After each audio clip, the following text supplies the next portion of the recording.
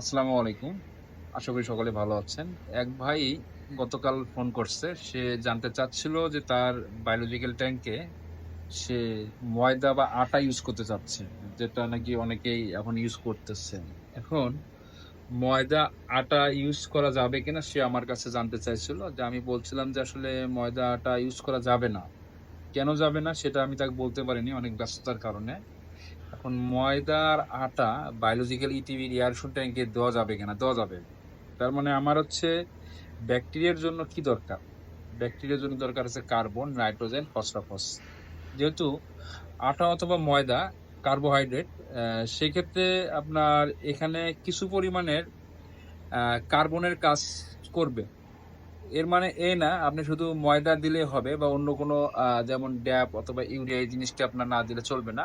কিন্তু এটাও পরিমাণ মতো দিতে হবে। এখন যেটা সবচাইতে বেটার আপনার হচ্ছে ১ কেজি আটার দাম ৳৭০, আ আর ১ কেজি মোলাসাস বা যেটা আমরা গুড় বলে থাকি, এর দামও হচ্ছে প্রায় ৳৭০ থেকে ৳৮০।